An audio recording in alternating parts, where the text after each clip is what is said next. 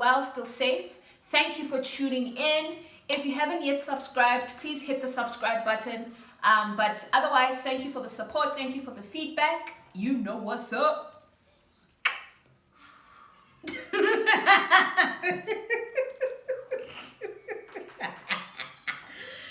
Woo! Today, this episode is inspired by a friend of mine who sent me a voice note to say, can we please discuss what compromise means in a marriage?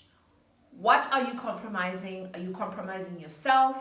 And how far do you compromise? And we actually went about to research, and we came across this article that reviews 5 of the most common assumptions about marriage. And lo and behold, compromise is number 1 of those 5 assumptions. We will link the article in the description section so you can have a look at it if you're interested.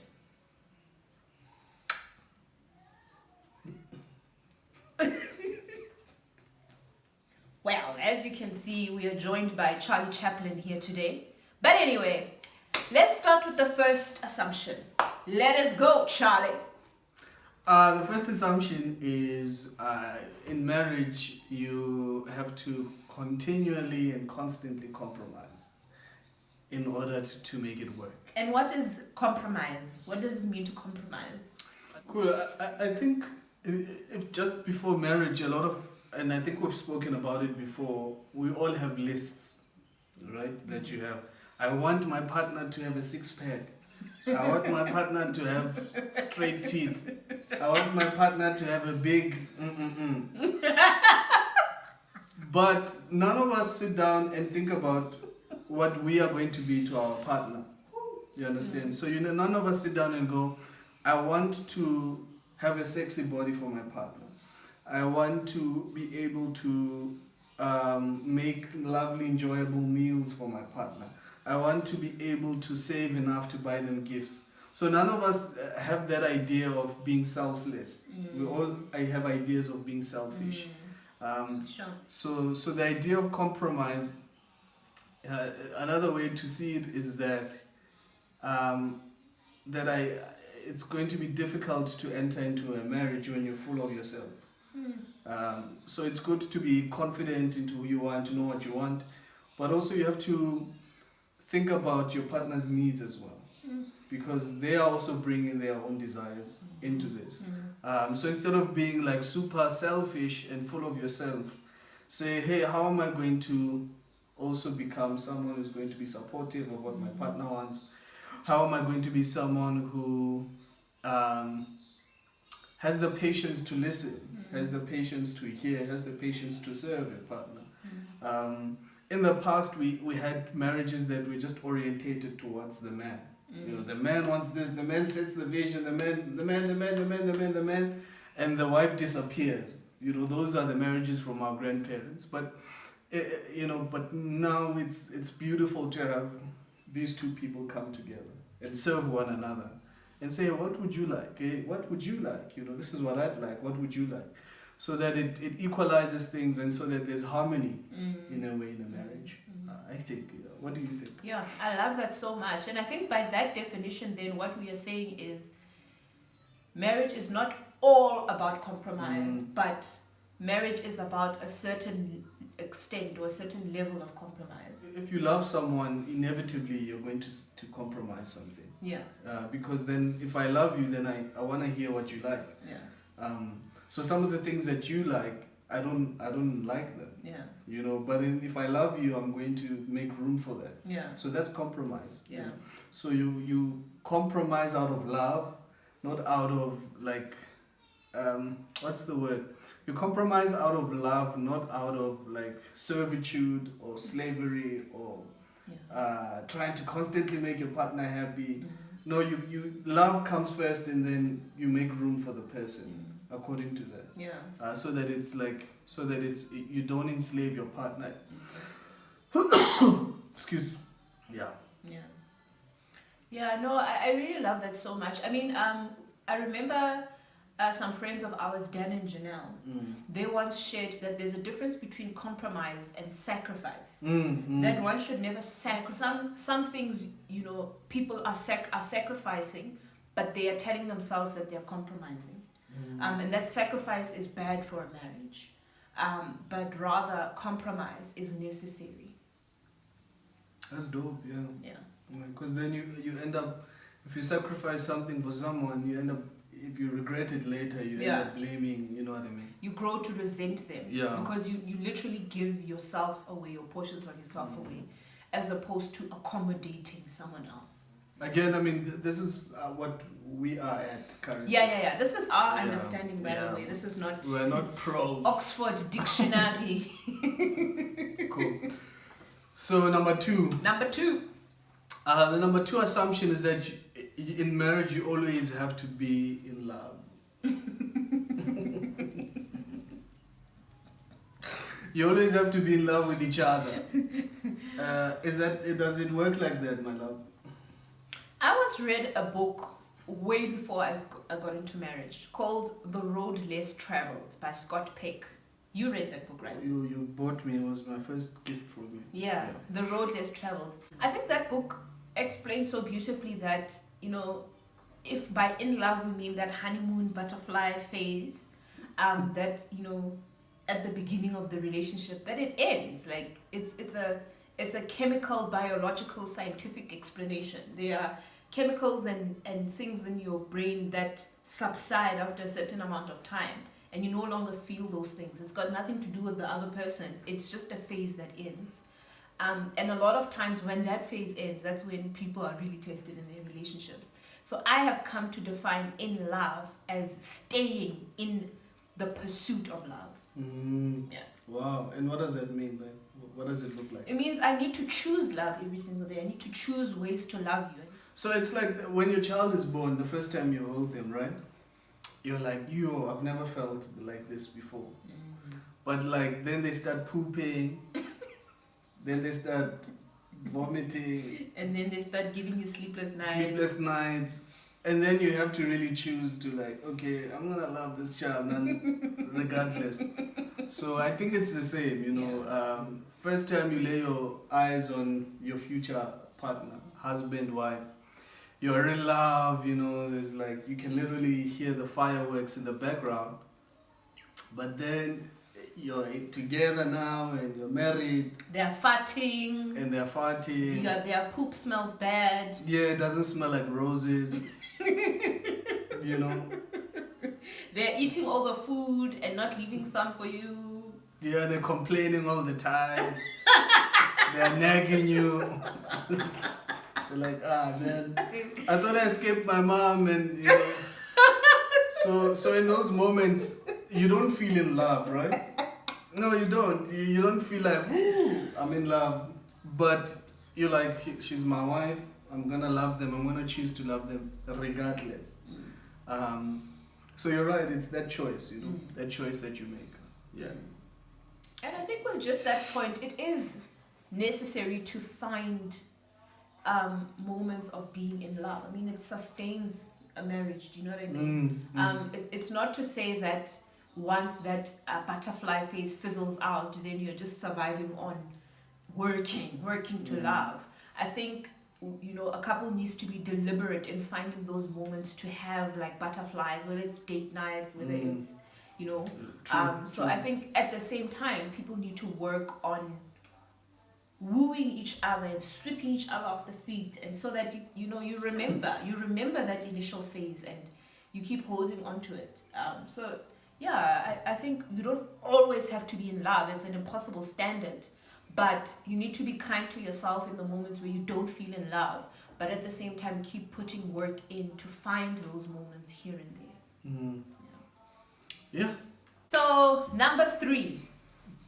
Only unhappy couples fight. Round 1. Is it true? Only unhappy couples fight? No. Human beings fight. You fight with your mom, you fight with your dad, you fight with your siblings and your friends. I don't think only unhappy people fight. I think people fight all the time and they're still happy. They laugh, they share a meal, they cuddle, they kiss all the time. I don't think it's only unhappy people. No. Number 4. Marriage means more responsibilities and it can be a burden. Sure. Yeah, it's a lot of responsibility. Marriage is a lot of Especially responsibility. with kids in the picture. Yeah, marriage is yeah. a lot of responsibility. And I think it just comes with the role, which is why I suppose you need to put a lot of thought into something before you get into it, because every single role comes with its responsibilities. Every single role has its own responsibility. I think responsibility is good. I think it gives one priorities. So I think it's good to have responsibility. I, for one, find a lot of fulfillment in the responsibilities I have, especially as a mom and as a wife. I think they make me feel good about myself. I feel good that I'm able to take care of my child. I'm able to support you and nurture the home, and that is a responsibility I love. Yeah. Beautiful. Yeah. Again, you learn some of these responsibilities. You learn as in marriage as time goes, and you negotiate them with your partner. You know what I mean? I think that's the best way to go about it. I think it takes us back to the very first point that you made, that if a person can make an effort to not only write a list about what they're expecting, but to write also a list around what they are willing to give, then you would know what responsibilities you carry when you go into something like marriage or friendship or whatever kind of relationship.